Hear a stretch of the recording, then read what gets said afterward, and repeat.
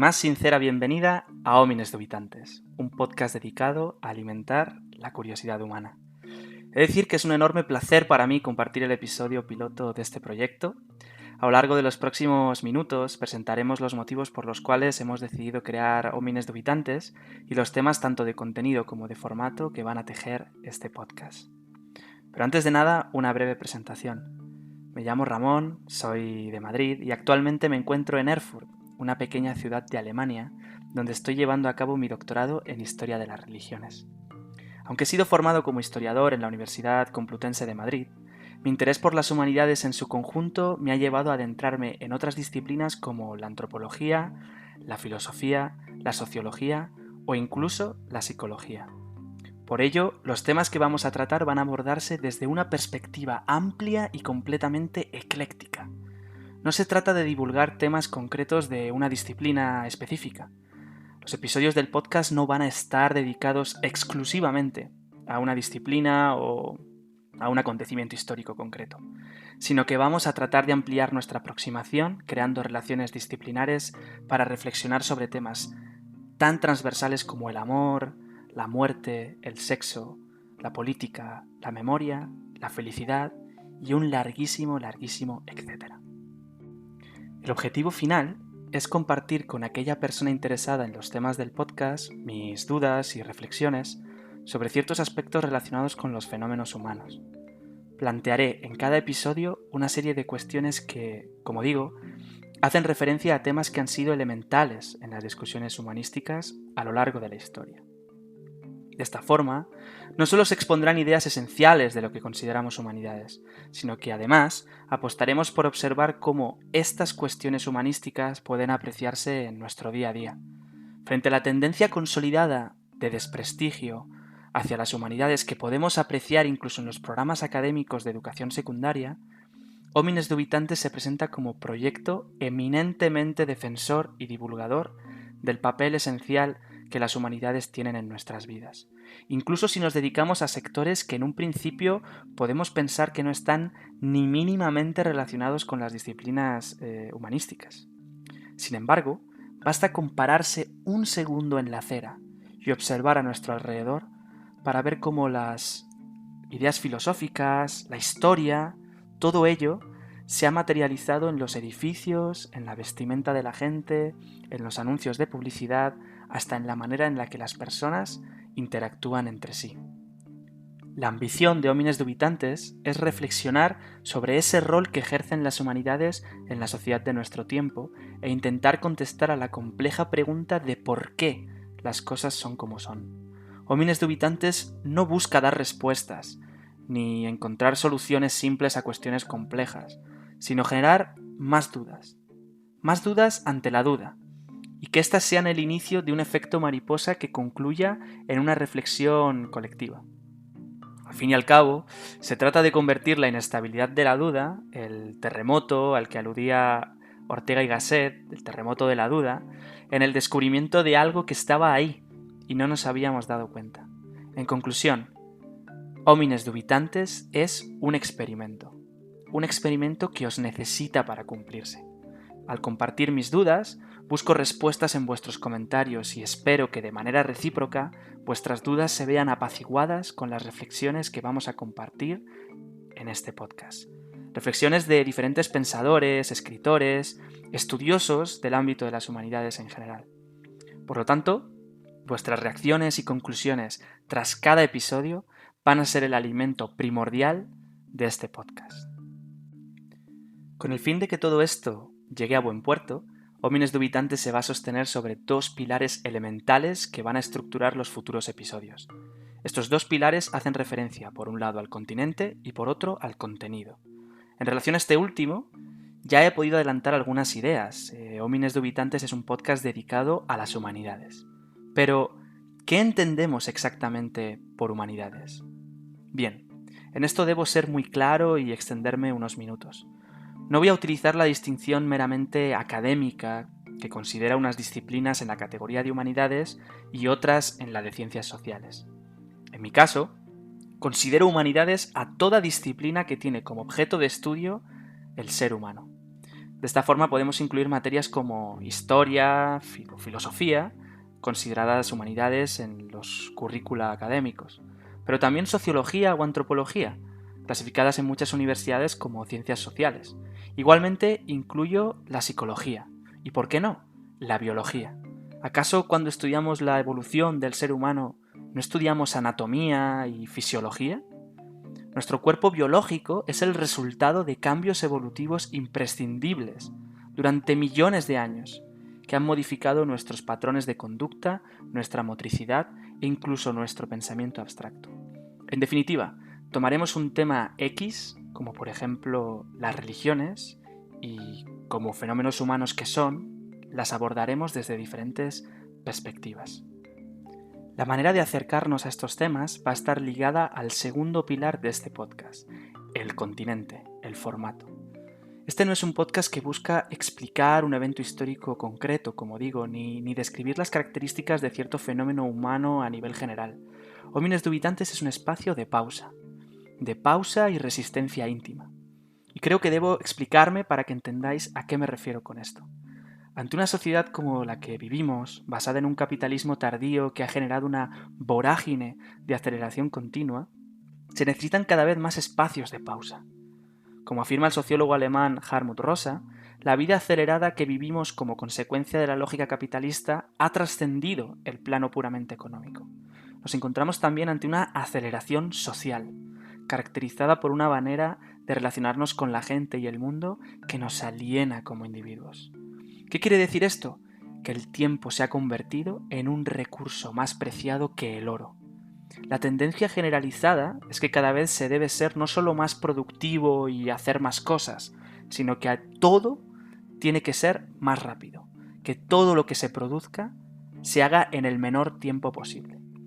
Esta lógica no solo afecta a lo que hacemos como individuos, a nuestros trabajos en el día a día, sino que se ha proyectado en absolutamente todas las esferas de nuestras vidas. Nos relacionamos con la gente bajo la misma lógica. Las interacciones sociales son cada vez más rápidas, más efímeras.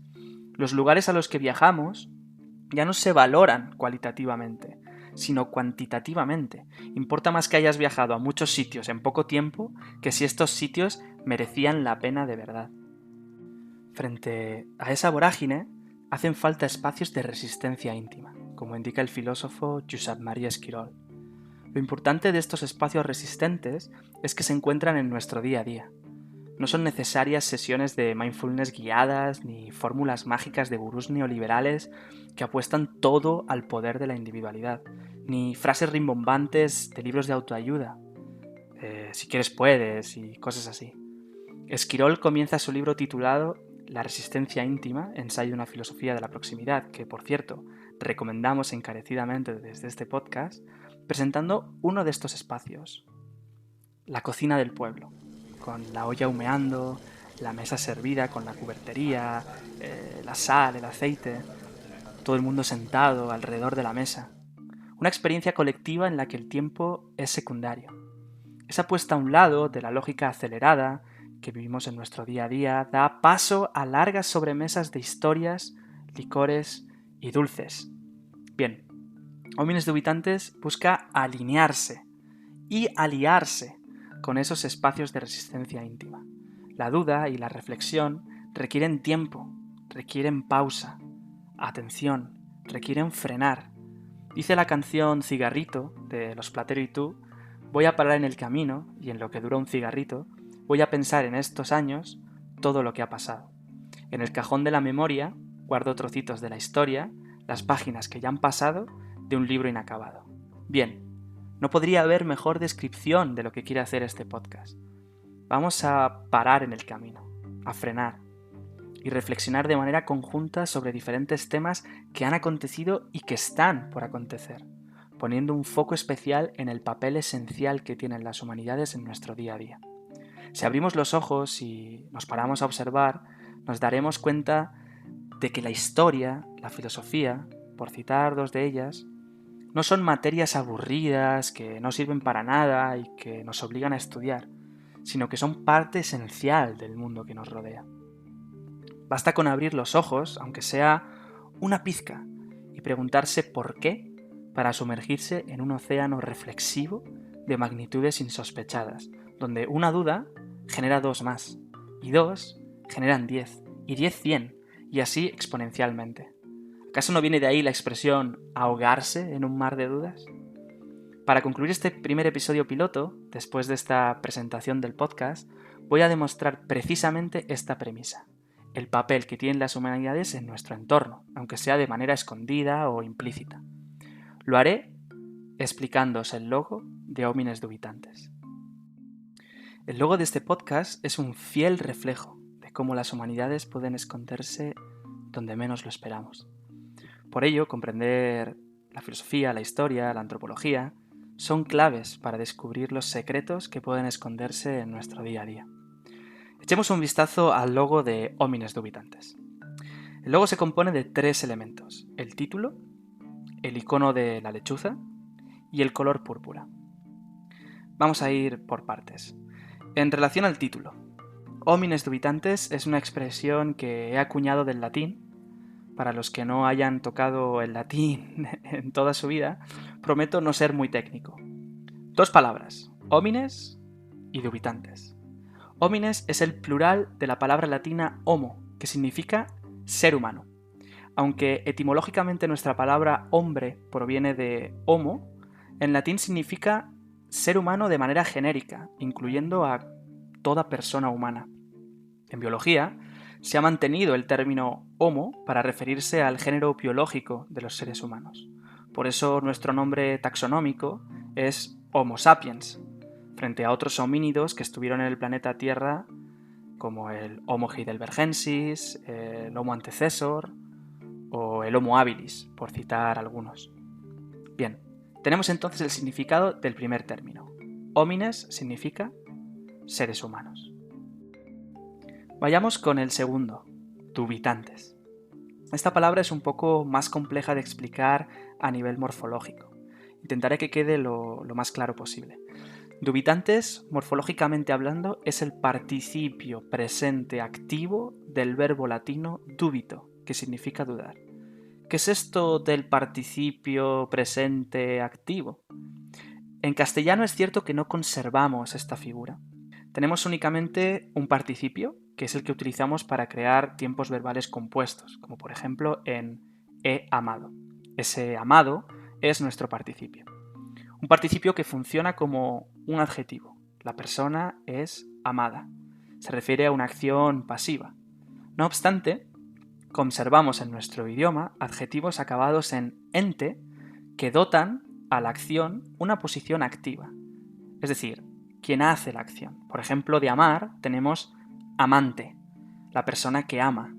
Bien, ese tipo de adjetivos, normalmente sustantivados, acabados en ente, como amante, asistente, presidente, son la reminiscencia del participio presente activo del latín. En conclusión, dubitantes hace referencia a las personas que dudan, y así, el título del podcast Homines Dubitantes significaría los seres humanos que dudan. Ya habéis visto, con unas nociones extremadamente mínimas del latín y de lingüística, un nombre que en principio podría no decir nada, ha sido descifrado. Echemos un vistazo al icono de la lechuza. Más bien representa a un ave rapaz nocturna que podría ser una lechuza, un búho, un mochuelo, cualquier tipo de lo que se conoce como ave estrigiforme. ¿Por qué tomar el icono de un ave como esta en un podcast de humanidades? Como afirmaba anteriormente, basta con fijarse un poco a nuestro alrededor para ver el porqué de las cosas. El búho, la lechuza, en nuestra sociedad se suele asociar con la sabiduría, la reflexión, la filosofía. Es muy común ver en cuentos y dibujos animados en los que los animales son personificados a un búho como representante del sabio del pueblo. Para las personas que os gustan los videojuegos, en el Animal Crossing, un juego de Nintendo, Sócrates, el dueño del museo, es precisamente un búho. En Erfurt, la ciudad en la que me encuentro, hay una pequeña librería que en la puerta tiene un búho de metal. ¿Nunca os habéis preguntado por qué esa conexión entre el búho, la lechuza, con los libros, la sabiduría, etcétera, etcétera? Uno de los motivos es el legado grecolatino que todavía sigue vigente en nuestros días. En la cultura griega y romana, los seres humanos eran politeístas, es decir, Creían en múltiples divinidades y para representarlas realizaban asociaciones con elementos naturales. Era muy común asociar una divinidad con un ave. Así Zeus, Júpiter, para los romanos, se le asociaba con el águila. Hera, Juno, con el pavo real. Afrodita, Venus, con una paloma blanca y Atenea, Minerva, con una lechuza. Atenea era precisamente la diosa de la sabiduría y la guerra táctica, la guerra estratégica, frente a Ares, Marte, el dios de la guerra cruenta y agresiva.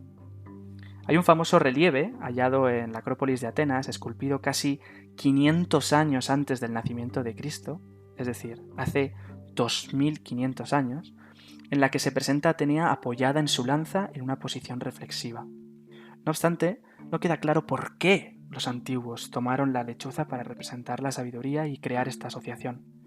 Aunque hay distintas teorías sobre esto, la que más me gusta y me parece más convincente es la relación que se crea entre la mirada de Atenea, la diosa, y la mirada de estas aves rapaces nocturnas. En la Odisea, una de las obras de épica arcaica griega más notable, a Atenea se la presenta con el adjetivo glaucopis, que algunos estudiosos lo traducen por la de los ojos brillantes, la de los ojos azulados, grisáceos, en fin, una alusión específica al mirar de la diosa, al mirar de la sabiduría. Esa conexión entre el mirar de la diosa y el mirar del ave, del búho, la lechuza, tejió una asociación cultural que trascendió la cultura griega y que ha sobrevivido hasta incluso nuestros días. De hecho, el género taxonómico de los mochuelos es Acene, clara referencia a la diosa. Así, cuando observamos a una de estas aves nocturnas apoyada en una rama y tenemos la suerte de contemplar su mirar, no es difícil imaginar que el ave nos mira reflexivamente, con una mirada profunda y atenta. En definitiva, una mirada de la sabiduría. No obstante, la elección de tomar el icono de este tipo de ave tiene una segunda razón ligada a esta conexión entre Atenea, Minerva y la lechuza. En 1820, el filósofo alemán Hegel escribió en el prefacio de sus Principios de la filosofía del derecho: cuando la filosofía pinta con sus tonos grises, ya ha envejecido una figura de la vida que sus penumbras no pueden rejuvenecer, sino solo conocer. La lechuza de Minerva levanta el vuelo al atardecer. Muchas han sido las interpretaciones de este pasaje. Sin embargo, la mayoría alude a la idea fundamental de que la historia se comprende desde la distancia del tiempo. Es decir, la filosofía actúa cuando el fenómeno que estudia ya ha acontecido. En palabras de Hegel, la filosofía siempre llega tarde. Por lo tanto, toda reflexión que pretenda seguir la frenética aceleración que sufrimos en el presente no va a llegar nunca al fondo del asunto. Para filosofar, hace falta salirse de la lógica acelerada que se nos impone. En definitiva, la reflexión de la lechuza se produce cuando el día ya ha pasado, y eso le permite otear desde una rama lo que le rodea con una mirada profunda y pausada. En último lugar, el color púrpura. Como no podía ser de otra forma, también tiene una conexión con el mundo antiguo, este color púrpura que vemos en el logo de Homines Dubitantes. En el Mediterráneo antiguo, este color tenía una connotación muy peculiar. Para poder realizar ropajes de ese color, se necesitaba extraer el tinte de las glándulas branquiales de unos moluscos llamados Murex brandaris y Murex trunculus. Algunos investigadores han llegado a afirmar que para hacer un manto real de ese color púrpura se llegaban a necesitar 3 millones de estos moluscos. Repito, 3 millones. Por lo tanto, el trabajo de extracción de los moluscos y preparación del tinte hacían de este color un objeto de gran valía y, por lo tanto, de un alto precio en los mercados. Solo las personas más pudientes podían permitirse una vestimenta que tuviera este color. En Roma, por ejemplo, la jerarquía social se materializaba precisamente en la cantidad que los individuos tenían de este color en su toga. Los miembros de la élite establecieron un código de vestimenta en función de la posición social y política de cada persona. El llamado clavus, una franja púrpura que se pintaba en los ropajes de la élite romana, determinaba así las relaciones de poder en la sociedad romana. Cuanto mayor era la franja púrpura, el clavus, mayor posición social tenía esa persona.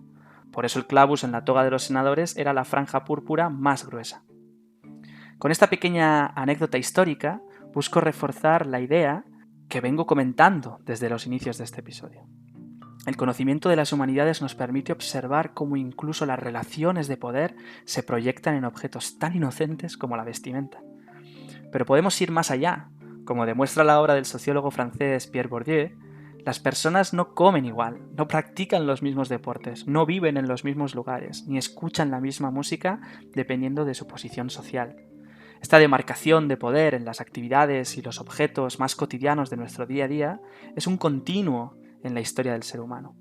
Y por ello debemos mostrar una gran atención en nuestro mirar, como el de la lechuza, para observar estas materializaciones de las relaciones de poder.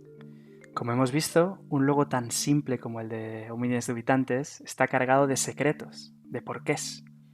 El estudio de las humanidades nos permite descifrar estos jeroglíficos ocultos si simplemente nos paramos a mirar pausadamente, para reflexionar. Espero que hayáis disfrutado de este episodio piloto. Junto a la publicación de este audio, también se han abierto las redes sociales en Facebook, Instagram y Twitter, por si queréis seguirnos por ahí. Igualmente, el audio de este podcast se subirá a nuestro canal de YouTube, donde probablemente haremos algún que otro proyecto más adelante. Finalmente, deciros que hemos publicado una página web, hominesdubitantes.com, donde podéis encontrar toda la información relacionada con este podcast. Concluyo este episodio comentándoos que este podcast va a ser completamente gratuito. Es cierto que supone un trabajo de preparación del contenido, de edición de audio y de gestión de redes, y por ello si alguien quiere apoyar económicamente este podcast de manera completamente voluntaria, hemos abierto un perfil en Buy Me a Coffee que podéis encontrar en nuestra página web en la pestaña Apóyanos. En fin, hasta aquí el episodio de hoy. Espero poder leer pronto vuestros comentarios, sugerencias y también críticas, y sobre todo qué temas os gustaría tratar en Homines Dubitantes. Recuerda que este experimento no puede ser posible sin tu participación. El viaje se inicia aquí, pero es un camino largo, de mucho contenido, pero también de aprendizaje y claramente apasionante. Como dijo el poeta Machado, caminante, no hay camino, se hace camino al andar. Hagamos camino al andar, pues, Homo Dubitans. Acompáñanos en este viaje que acaba de comenzar.